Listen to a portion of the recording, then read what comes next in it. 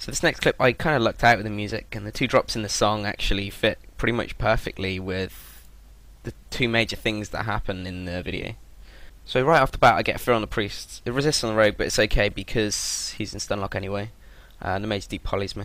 It's fine though, because the priest's in fear, and luckily the mage leaves a gap between his polys, so I get a Shadow of Death in on the next one.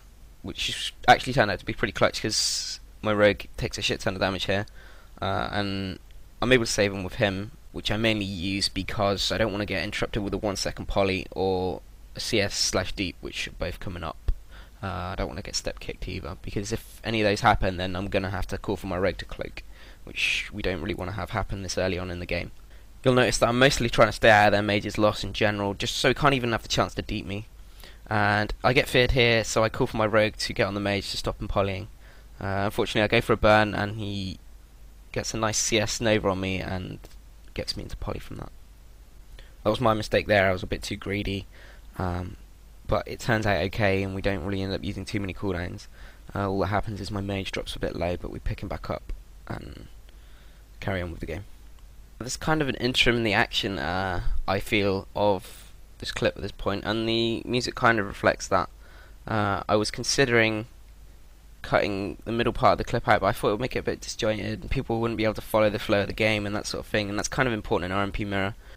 As well as that, it would kind of mess up the timing of the clip with the music, and it would just out of sync the drops and all that stuff, and right now it was so perfect that there's no way I was going to do that.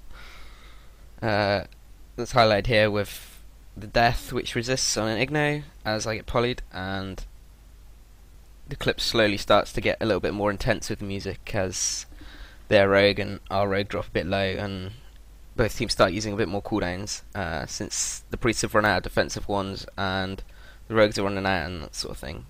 There's a death on blind, an Igno clapping. I tried to edit that to make it like pretty flashy and, you know, exciting for the viewer to watch, and to get him to realise, you know, how clutch that was, because it saved me my trinket and I get polyed here, and I'm just able to trinket that and get a fear on the whole team, and that sets up the kill to come.